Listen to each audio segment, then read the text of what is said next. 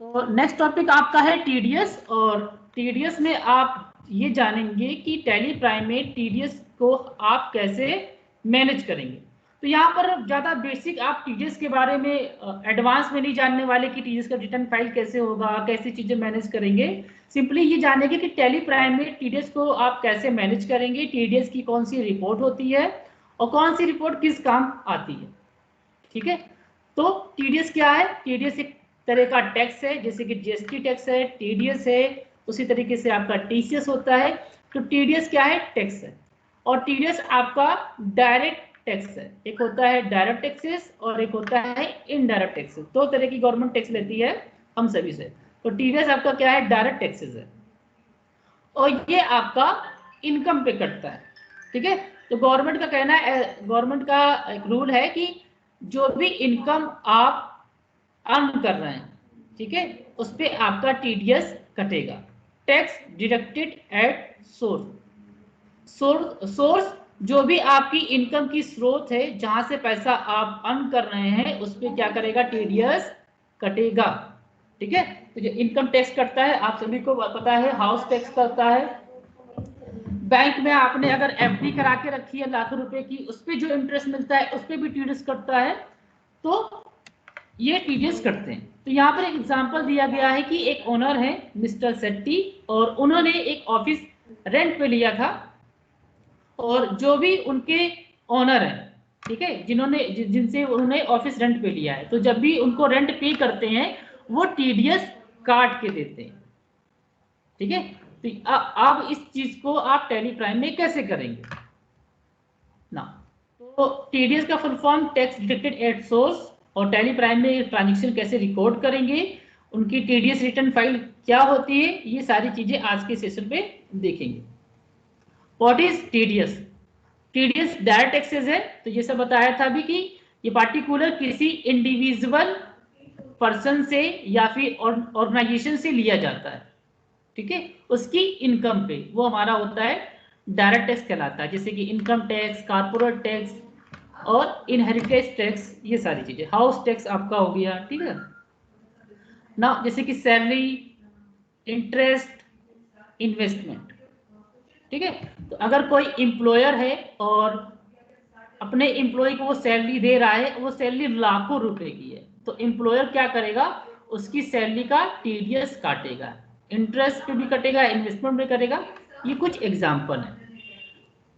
और वो टीडीएस काटेगा, वो अपने पास नहीं रखेगा, तो गवर्नमेंट को क्या कर देगा? डिपॉजिट कर देगा। जिस तरीके से हम कस्टमर से जीएसटी लेते हैं और गवर्नमेंट को पे कर देते हैं, उसी तरीके से जो भी टीडीएस व्यक्ति काटता है वो गवर्नमेंट को क्या कर देता है? पे कर देता है। कंपनी फर्म में भी ये सारी चीजें एप्लीकेबल होती हैं।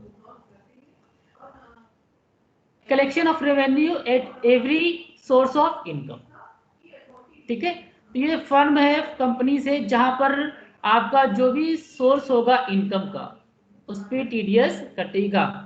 रिडक्शन होता है, रिडक्शन होने के बाद आपका टीडीएस पेमेंट करना होता है, जिस तरीके से आप जीएसटी पेमेंट करते हैं। किसको? गवर्नमेंट को। ठीक है, और गवर्नमेंट का ही यही एक क्या है? साधन है, सोर्स ऑफ इनकम है, जहां से गवर्नमेंट पैसा अर्न करता है हम सभी से, और काफी चीजों पे खर्चा करता है। ठीक है, व्हाट इज टीडीएस? टीडीएस क्या है? टैक्स रिलेटेड एट सोर्स से।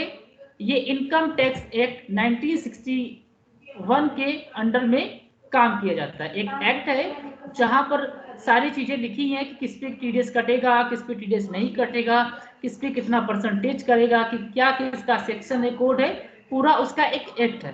ठीक है, any payment covered under this provision, मतलब कि जो भी इस एक्ट के अंडर में ऐसे पेमेंट, ऐसे खर्चे आते हैं, उन सभी पे टीडीएस कटेगा, जिसका अलग अलग प्री सब्सक्राइब क्या है? परसेंटेज होगा। जैसे कमीशन पे 5% कटता है, इसी तरह की सैलरी पे कितना कटेगा, रेंट पे कितना कटेगा, पूरा उसका क्या है? एक्ट बना हुआ है। जिसको मैनेज कौन करता है? Central board of direct taxes. जितने भी डायरेक्ट टैक्सेस होते हैं उसको central board of direct taxes department क्या करता है? मैनेज करता है। 4 पॉइंट, अगर किसी पर्सन का पैन नंबर नहीं है, ठीक है, तो उसका 20% टीडीएस कटेगा एज पर गवर्नमेंट रूल है, ठीक है। और यदि उसका पैन नंबर है तो 10% टीडीएस कटेगा, ठीक है। अगर आपका आप कहीं से इनकम अर्न कर रहे हैं और आपकी इनकम पे टीडीएस कट रहा है तो आपका 10% कटेगा अगर पैन नंबर है, और अगर पैन नंबर नहीं है तो 20% टीडीएस कटेगा। ये ऑप्शन में क्वेश्चन आता है। TDS deducted needs to be paid to the government by 7th of every month. जो भी टीडीएस काट रहा है पर्सन, उसको अगले महीने की 7 तारीख तक या फिर उससे पहले टीडीएस को जमा करना होगा गवर्नमेंट डिपार्टमेंट में। ये इसकी डेट है। जिस तरीके से GSTR1 की डेट होती है, GSTR1 की 10 तारीख, 2 की 15, 3B की 20, उसी तरीके से इसकी भी डेट है 7 तारीख एवरी मंथ, ठीक है। तो सपोज जनवरी में आपका टीडीएस आपने किसी का काटा था, तो आपको फरवरी में 7 तारीख से पहले या फिर 7 तारीख तक आपको टीडीएस पे करना होगा गवर्नमेंट को। ये काम कैसे करेगा? अब इसमें दो कॉन्सेप्ट चलता है, एक होता है डिडक्टर, एक होता है डिडक्टिव। तो जो टीडीएस काटता है वो कहलाता है डिडक्टर, और जिसका कटता है वो कहलाता है डिडक्टिव, ठीक है। तो यहाँ पर देखिए एक ऑनर है, और वो ऑनर क्या करते हैं कि उनके पास एक सीए है या फिर अदर वर्कर्स है जिनको वो पेमेंट करते हैं, प्रोफेशनल फीस का चार्ज देते हैं। तो ये ऑनर क्या करेगा, जो भी उनको पेमेंट कर रहा है उसका टीडीएस काटेगा, क्योंकि इसको टीडीएस गवर्नमेंट को देना होता है। और आपका ये क्या है, इनकम का स्रोत है, तो आपका टीडीएस तो कटेगा। तो लायबिलिटी क्या बनती है कि जो पेमेंट कर रहा है उसको टीडीएस काटना होता है। तो डिडक्टर क्या करेगा, टीडीएस काटेगा, और जो भी टीडीएस काटा है गवर्नमेंट ऑफ इंडिया को क्या कर देगा, डिपॉजिट कर देगा चालान के थ्रू, और जिसका टीडीएस करता है वो कहलाता है डिडक्टिव, ठीक है। Who is the deductor and deductive? तो यहाँ पर देखिए एक एग्जांपल दिया गया है कि ब्राइट इंटरप्राइजेस एक कंपनी है और उसके ऑनर है मिस्टर सेट्टी, ठीक है। तो डिडक्टर क्या हो गए, ब्राइट इंटरप्राइजेस, और डिडक्टिव क्या है, मिस्टर सेट्टी, जिनका हमने ऑफिस रेंट पे लिया हुआ है, ठीक ना। टीडीएस प्रोसेस, अब ये काम कैसे करता है हमको ये जानना है। जैसे कि जीएसटी रिटर्न का प्रोसेस होता है कि GSTR1 अपलोड करते हैं तो GSTR2A रिफ्लेक्ट होता है, फिर 2 करते हैं तो 2A होता है। उसी तरीके से आपका टीडीएस प्रोसेस होता है जो काम करता है। कैसे काम करेगा, ये बायर है, डिडक्टर है, जिन्होंने मिस्टर सेट्टी से क्या लिया है, एक ऑफिस रेंट लेके रखा है, एक बिल्डिंग रेंट पे लेके रखे हुए हैं। तो होता क्या है कि हर महीने डिडक्टिव क्या करते हैं, हमको एक सर्विस प्रोवाइड करते हैं और बिल देते हैं कि इस महीने का आपका 1 लाख का रेंट हुआ है, पहला पॉइंट, ठीक है। तो भैया हमको इनवॉइस मिल गई, इनवॉइस मिलने के बाद हमने 1 लाख में से टीडीएस काट लिया और बाकी का पेमेंट हमने उसको कर दिया, ठीक है। तो डिडक्टर हम है क्योंकि हमने 1 लाख का पेमेंट किया मिस्टर सेट्टी को, और डिडक्टर की रिस्पॉन्सिबिलिटी है कि टीडीएस वो काटेगा। तो मैंने 1 लाख पे टीडीएस काट लिया, बाकी का पेमेंट मैंने इनको दे दिया। दूसरा पॉइंट कवर हो गया। तीसरा क्या है कि जो मैंने टीडीएस काटा उसको हमें क्या करना होगा, बैंक में डिपॉजिट करवाना होगा चालान के थ्रू, जो भी उसका प्रोसेस होगा। तो मैंने बैंक में डिपॉजिट करा दिया, फिर बैंक क्या करेगा, उसको सिक्योरली ट्रांसफर कर देगा, कहां पर, गवर्नमेंट इनकम टैक्स डिपार्टमेंट, ठीक है, वहां पर ट्रांसफर कर देगा। क्योंकि सारा जो टैक्स का पेमेंट होता है बैंक के थ्रू होता है, तो बैंक से होके जाएगा इनकम टैक्स डिपार्टमेंट। 4 पॉइंट हो गया। फिर डिडक्टर क्या करेगा, डिडक्टिव को एक फॉर्म देगा, जिस फॉर्म का नाम होगा 16A। तो 16A में ये लिखा होगा कि आपका टीडीएस काटा गया है, क्योंकि इन्हें कैसे पता चलेगा कि हर महीने ये किस चीज का पैसा काट रहे हैं, तो इनको प्रूफ तो देना होगा। तो बायर क्या करेगा, ब्राइट इंटरप्राइज क्या करेगा, अपने ओनर को एक फॉर्म देगा जिसका नाम होगा फॉर्म 16A, और उसमें पूरी कहानी लिखी होगी कि आपका 1 लाख पे मैंने इतना टीडीएस काटा है। तो इसको भी पता चल जाएगा कि हाँ हर महीने मेरा क्या कट रहा है, टीडीएस कट रहा है। ठीक है। तो यहाँ से एक फॉर्म इशू करता है डिडक्टर, किसको, डिडक्टिव को, फॉर्म 16A, जो कि ये बताता है कि उस पर्सन का टीडीएस काटा गया। उसके बाद डिडक्टर क्या करेगा, 6 पॉइंट, डिडक्टर रिटर्न फाइल करेगा, टीडीएस फाइल करेगा। किसको फाइल करेगा, एनएसडीएल डिपार्टमेंट को करेगा। एनएसडीएल डिपार्टमेंट, इसका फुल फॉर्म होता है नेशनल सिक्योरिटी डिपॉजिटरी लिमिटेड। तो इस डिपार्टमेंट को क्या करेगा, ईटीडीएस रिटर्न फाइल करेगा। ये एक पोर्टल है जहां पर आपको टीडीएस रिटर्न फाइल करना होता है, एनएसडीएल। तो हम क्या करेंगे, बायर क्या करेगा, टीडीएस का रिटर्न फाइल करेगा। रिटर्न फाइल करने के बाद ये कंफर्म करेगा किससे, इनकम टैक्स डिपार्टमेंट से, क्योंकि यहाँ पर जो हम रिटर्न फाइल करके भेजेंगे, रिटर्न बना के भेजेंगे, उसमें तो हम ये बताएंगे कि भैया हमने जो टीडीएस काटा था मैंने इनकम टैक्स डिपार्टमेंट में जमा कर दिया। एनएसडीएल को कैसे पता चलेगा, एनएसडीएल को पता कब चलेगा, जब इनकम टैक्स डिपार्टमेंट से क्या करेगा, कंफर्म करेगा। तो इनसे जो भी कुछ प्रोसेस होगा वो इनसे क्या करेगा, इनवॉइस को अपलोड करेगा और इस डिपार्टमेंट से कंफर्म करेगा कि ये जो फला कंपनी है ब्राइट इंटरप्राइजेस, ये इस तरीका से हमको इंफॉर्मेशन दे रही है, क्या वो सही है, तो ये क्या करेगा, कंफर्म करेगा। तो बात क्या है, अब इनका जो डिटेक्टिव का टीडीएस कट रहा है, इसको भी तो बताना होगा कि मेरा भैया टीडीएस कट रहा है, क्योंकि जिसका टीडीएस कटता है ऐसा नहीं कि उसको लॉस हो रहा है, उसको जब वो रिटर्न फाइल करेगा तो उसको उसमें क्या मिल जाती है, छूट मिल जाती है। तो जिसका भी टीडीएस कट रहा है डिटेक्टिव का, तो वो क्या करेगा, डिटेक्टिव भी रिटर्न फाइल करेगा, क्या, फॉर्म 16A, किसको करेगा फाइल, इनकम टैक्स डिपार्टमेंट को। तो यहां से पूरी पिक्चर क्लियर हो जाएगी, किसको, इसको इनकम टैक्स डिपार्टमेंट को पिक्चर क्लियर हो जाएगी कि जो बैंक के थ्रू पैसा आया था 20,000 या फिर 10,000 टीडीएस का, वो किसने दिया था, ब्राइट इंटरप्राइजेस ने। और जब ये फाइल करेगा तो इसको ये पता चल जाएगा कि किसका कटा था, और यहाँ से भी कंफर्मेशन चला जाएगा। तो इस तरीके से ये टीडीएस प्रोसेस क्या करता है, काम करता है। ठीक है, तो ये प्रोसेस था आपका। तो यहाँ पर कुछ पेमेंट दिए गए हैं जिसपे टीडीएस कटता है, जैसे कि सैलरी हो गया, interest, commission, rent, consultancy fees, professional fees, ये सारी चीजें।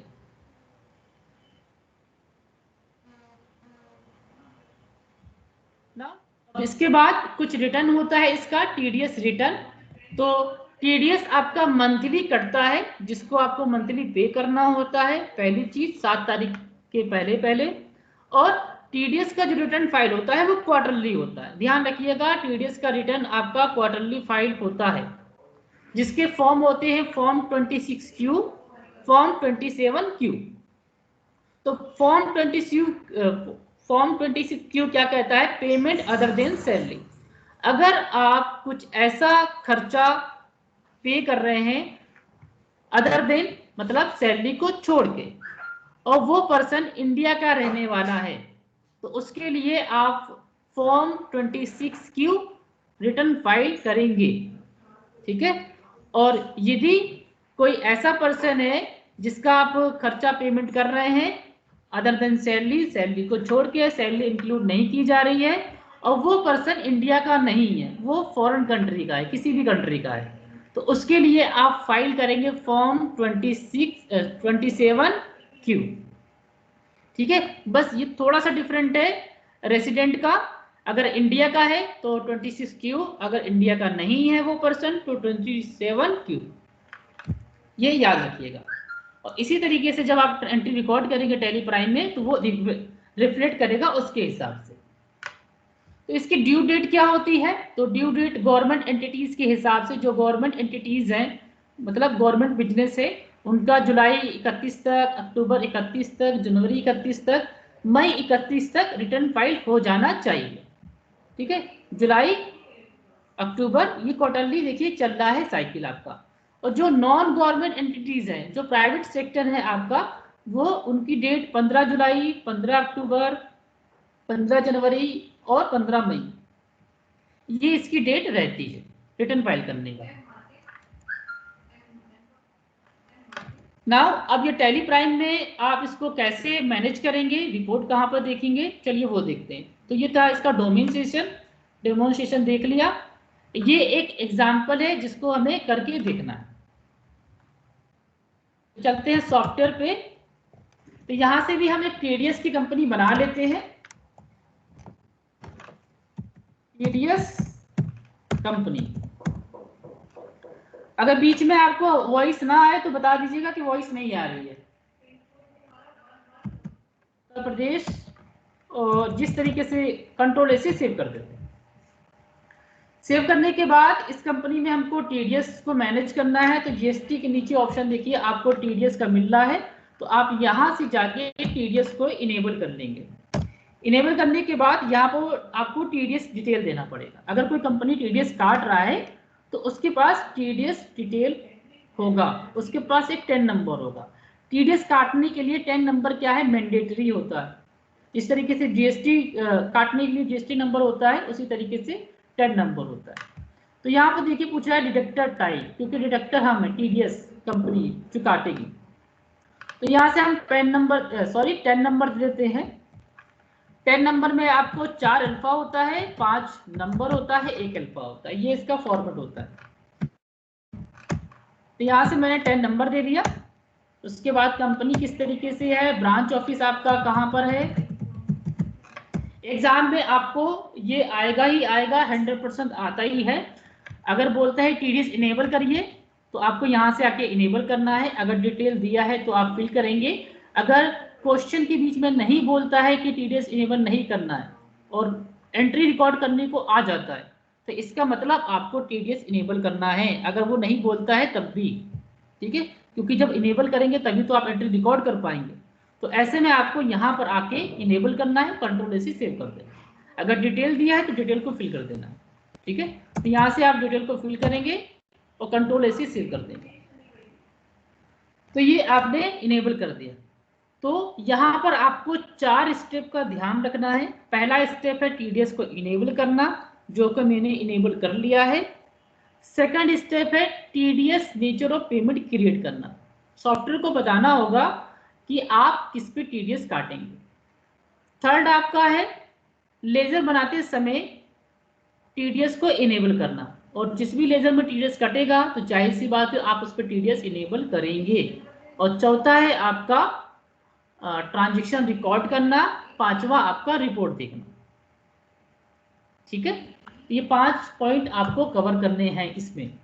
तो पहला पॉइंट हम लोगों ने कवर कर लिया था, टीडीएस इनेबल कर लिया है। अब मान लेते हैं कि हम प्रोफेशनल फीस देते हैं, हमारे एक सीए हैं जिनको हम ऑडिट करवाते हैं हर साल, और ऑडिट का फीस देते हैं, या फिर और भी कोई खर्चे हो सकते हैं। तो सबसे पहले हमें क्या करना होगा, टीडीएस इनेबल करना होगा, जो कि हम कर चुके हैं। सेकंड, हमें TDS nature of payment create करना होगा। तो उसके लिए आप शॉर्टकट का भी यूज कर सकते हैं, या फिर क्रिएट पे जाके सो मोर पे क्लिक करेंगे, सो इनएक्टिव पे क्लिक करेंगे और यहाँ पर सर्च करेंगे टीडीएस। ये देखिए आ गया टीडीएस नेचर ऑफ पेमेंट, यहाँ पर एंटर करेंगे। एंटर करने के बाद आप यहाँ पर TDS nature of payment create करेंगे। ये इंपॉर्टेंट है, क्यों? क्योंकि जब आप रिटर्न फाइल करेंगे एनएसडीएल डिपार्टमेंट में, तो उस डिपार्टमेंट को पता तो होना चाहिए कि ये खर्चा किस कैटेगरी में जा रहा है, किस हेड में जा रहा है। क्योंकि सिर्फ रेंट बताने से तो काम चलेगा नहीं, रेंट तो बहुत तरह का होता है।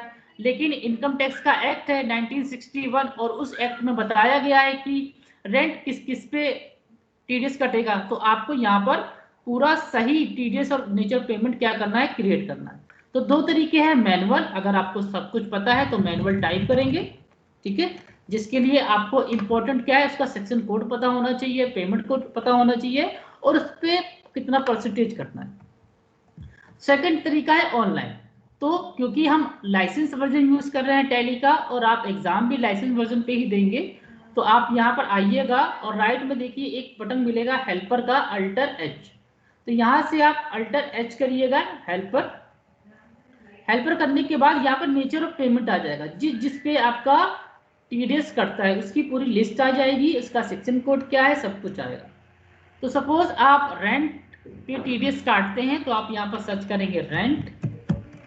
तो एज पर डिपार्टमेंट यहाँ पर बताया गया है, यदि आप रेंट ऑफ बिल्डिंग है या फिर लैंड है या फिर फर्नीचर है, ये कैटेगरी है, तो आप यहाँ से बताएंगे कि आप किस कैटेगरी में जे है।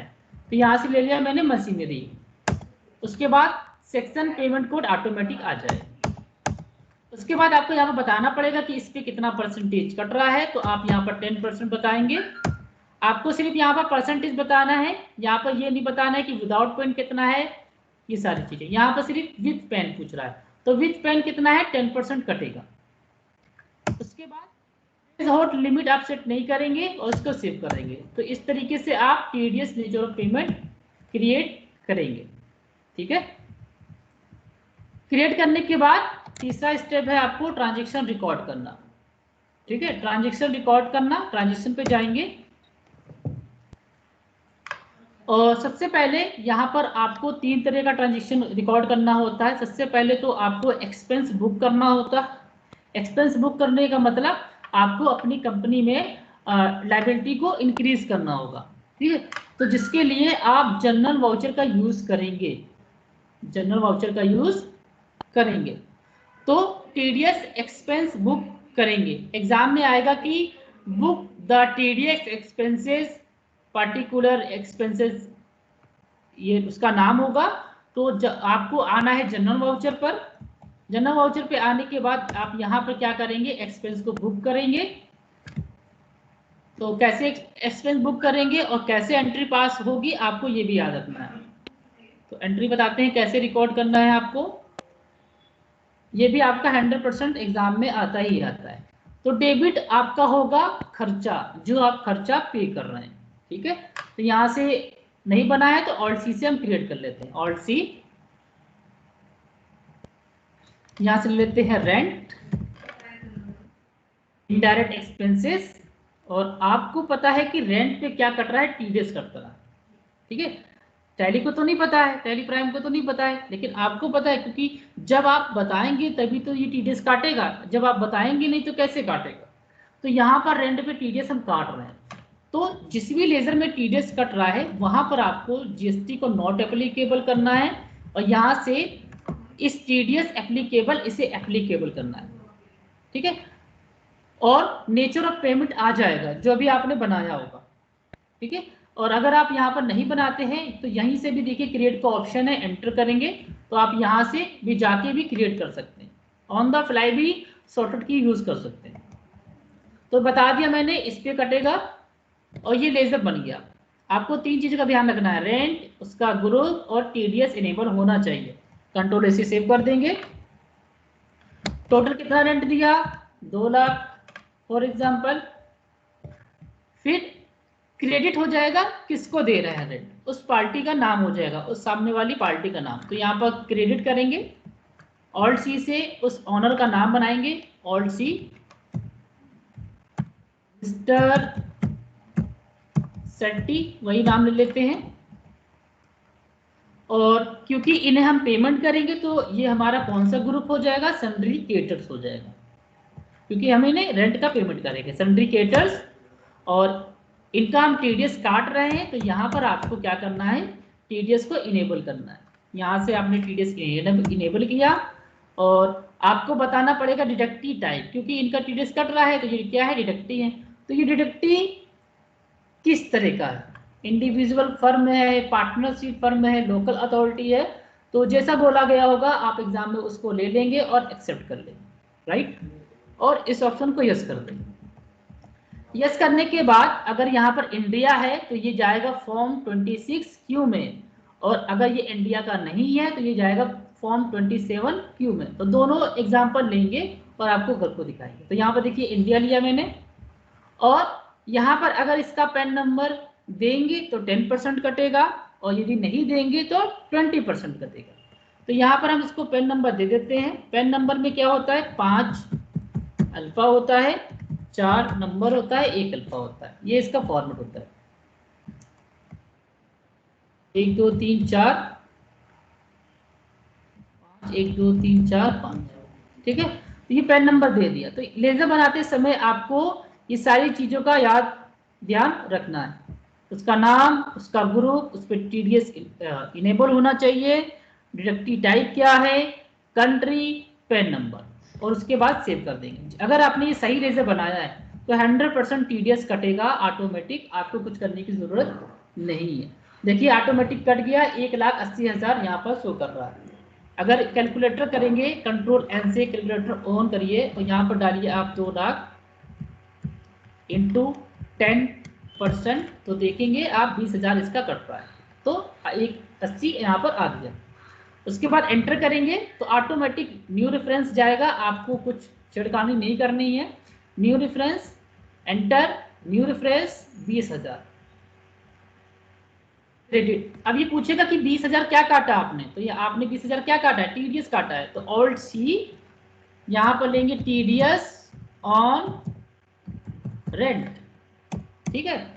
और ये क्योंकि टैक्स है तो ड्यूटीज एंड टैक्सेस में जाएगा। और ये क्या है, टीडीएस है, इसका नेचर ऑफ पेमेंट क्या है वो सिलेक्ट कर देंगे, ये ऐसे लेजर बनेगा आपका।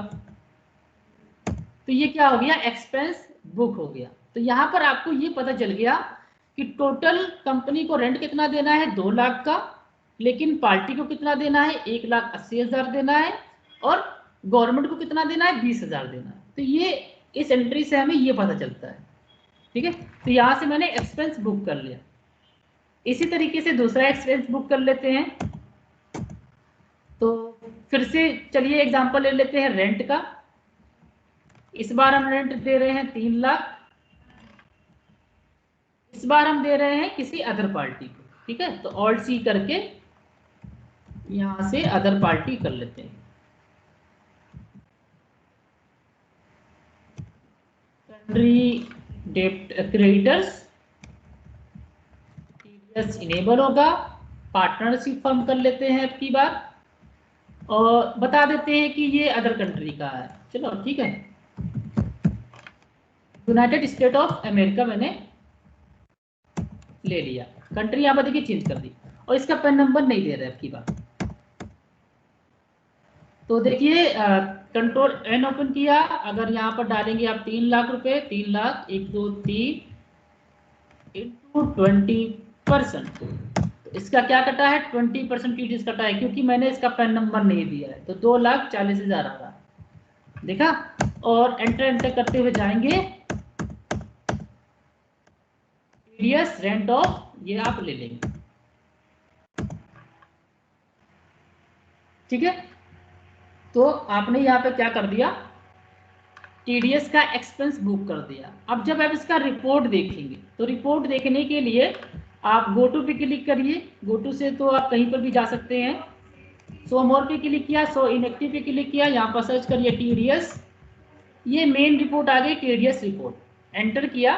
तो यहाँ देखिए फॉर्म 26Q आ रहा है। अगर आप इस पर एंटर करेंगे तो यहाँ पर आपको एक ही एंट्री दिखाई देगी, ये देखिए 2 लाख वाली, क्योंकि ये जो पार्टी है मिस्टर शेट्टी वो इंडिया का है। तो ये आ गया फॉर्म 26Q में आ गया, ठीक।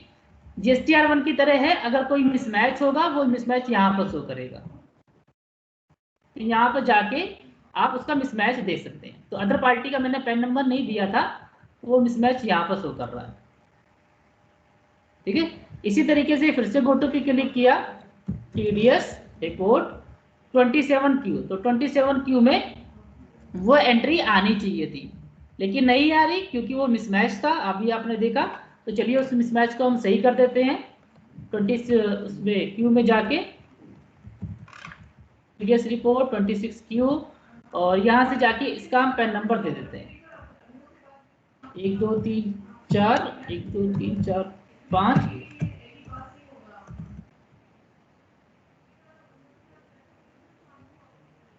अल्टर जी किया, टीडीएस रिपोर्ट 27Q, क्यों नहीं आया,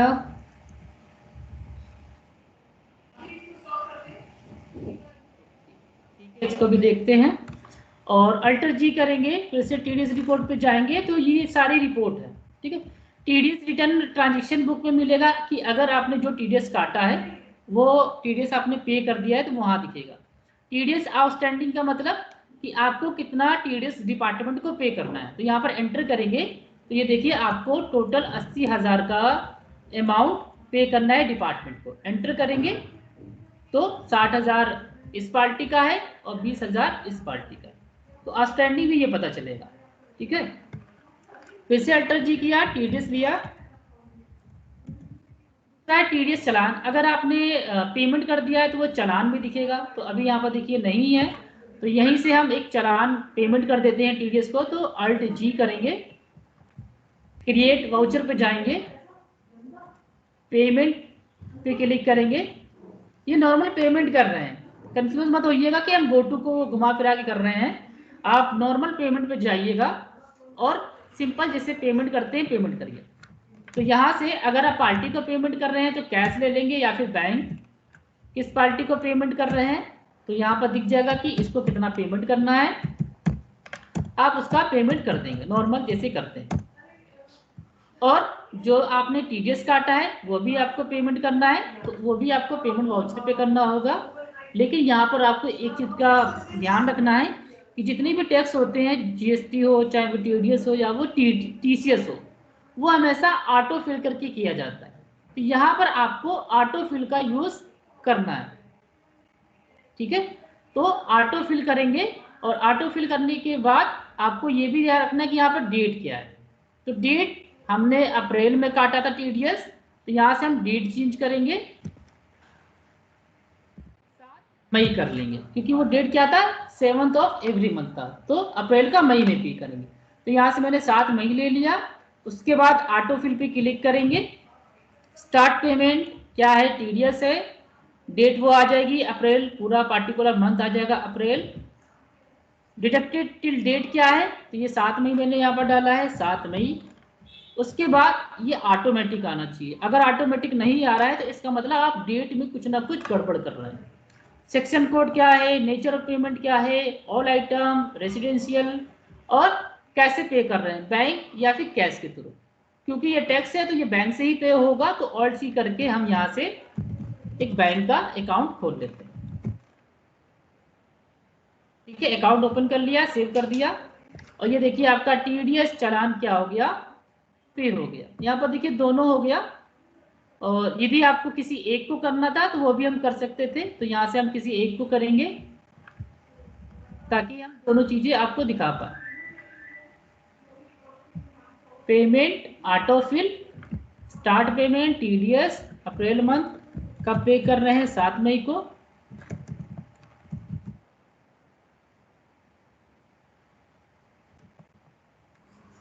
अच्छा, सेक्शन कोड उसका सेम था, इसीलिए दोनों आपका एक साथ ही जाएगा, अलग अलग नहीं जाएगा, ठीक है। ये देखिए आपने क्या कर दिया, एंट्री सेव कर दिया, ठीक है। अब जब इसका आप रिफ्लेक्ट देखेंगे तो आपको यहां पर रिफ्लेक्ट दिखाई देगा, देखिए। तो जो भी आपने चालान फिल कर दिया होगा वो यहाँ पर आपको एंट्री शो करेगा, कहाँ पर, टीडीएस चालान रिकंसिलिएशन पे। और जब आप इसका प्रिंट देखेंगे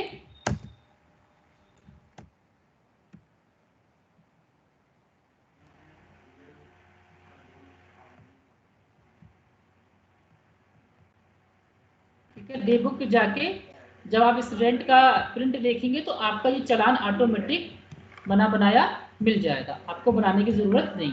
यह है टीडीएस चालान, इसका चालान नंबर होता है ITNS 281, ITNS income tax new series, इसका फुल फॉर्म होता है, जिसमें सब कुछ लिखा है कि आपने कौन सा चालान पे किया, कितना अमाउंट क्या है, सब कुछ। इस हिसाब से आप कंपनी बनाते समय इंफॉर्मेशन को देंगे, लेजर बनाते सारी इंफॉर्मेशन देंगे, तो वो फॉर्म इस हिसाब से आपका ये फिल हो जाएगा। तो ये था आपका टीडीएस टॉपिक, जिसमें आपको बेसिकली 3 एंट्री को ध्यान में रखना है। जनरल पे जाके एक्सपेंस बुक करना है, पेमेंट पे नॉर्मल पार्टी को पेमेंट कर देना है, और अगेन पेमेंट अगर आप टीडीएस पेमेंट कर रहे हैं तो गवर्नमेंट को पे कर देना है। बाकी रिपोर्ट आप गोटू से जाके वहां से देख सकते हैं।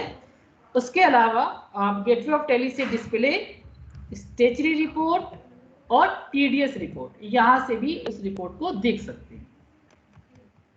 किसी का कोई क्वेश्चन तो पूछ सकता है, ठीक।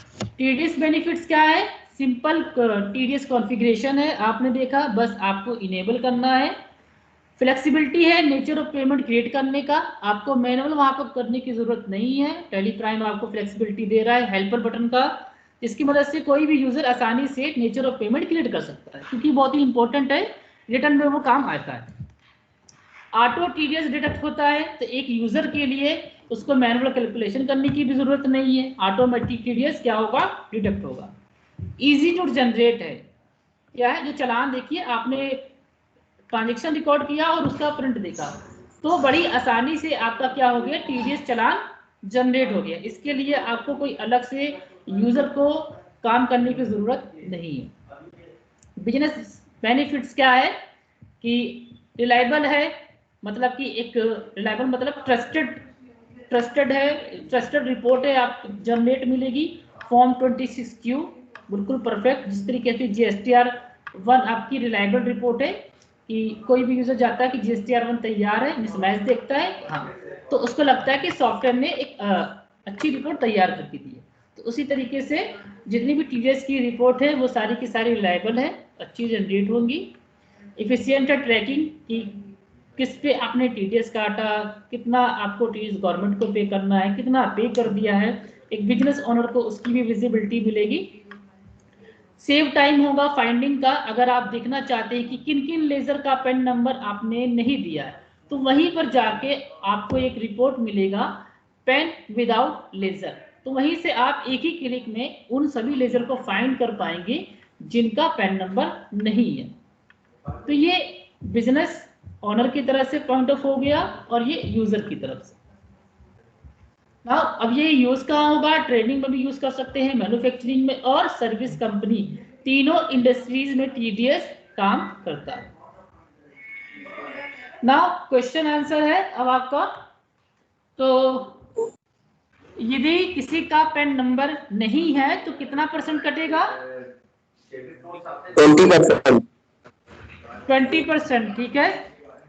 नेक्स्ट है कि when Bright Enterprises deduct TDS on rent before paying to Mr. Setti, मतलब मिस्टर सेट्टी को रेंट देने से पहले हमने टीडीएस काट लिया, ठीक है, तो who should remit the TDS to the government department, तो टीडीएस कौन पे करेगा, मिस्टर सेट्टी पे करेंगे कि ब्राइट एंटरप्राइजेस पे करेंगे, तो ये पूछ रहा है। तो इसका आंसर क्या है,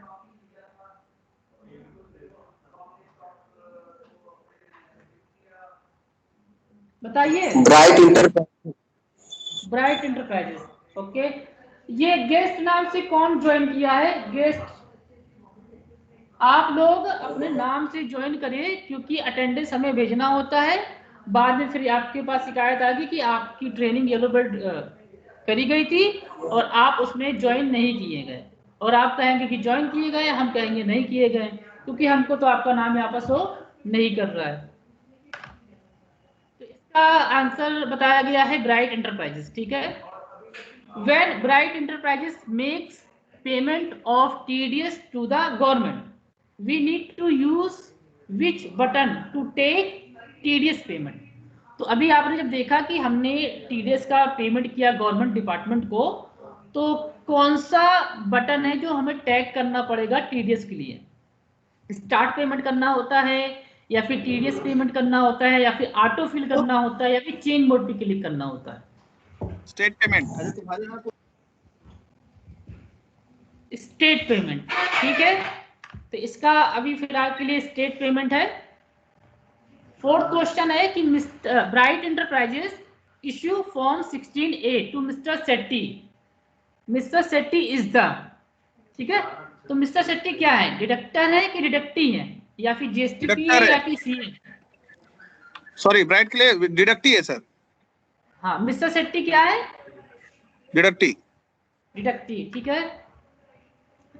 वेन ब्राइट एंटरप्राइजेस हमारी कंपनी का नाम है, हम सबकी कंपनी का नाम है, ठीक है, तो ये सोच के चलना है कि हम लोग ब्राइट एंटरप्राइजेस है और ये काम कर रहे हैं। तो when Bright Enterprises pay TDS to the government, which challan need to be filed, कौन सा चलान हमें फाइल करने की जरूरत होती है, form 16A, form 26Q, form 27Q, या फिर ITNS 281। सूरज पांडे,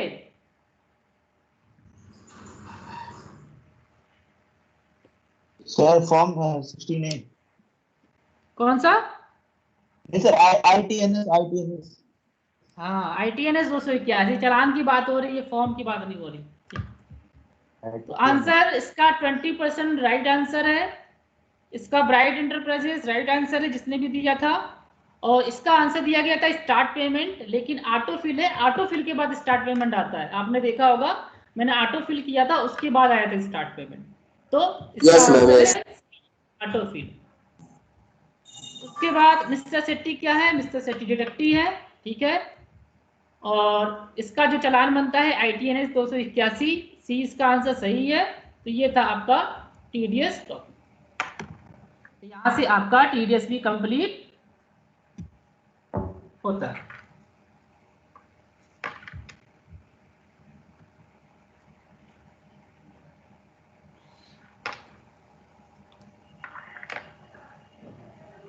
किसी का कोई क्वेरी तो पूछ सकता है TDS के लेके कि अगर अपनी समझ में नहीं आया है तो, क्योंकि ये 100% आपका एग्जाम में आता ही आता है।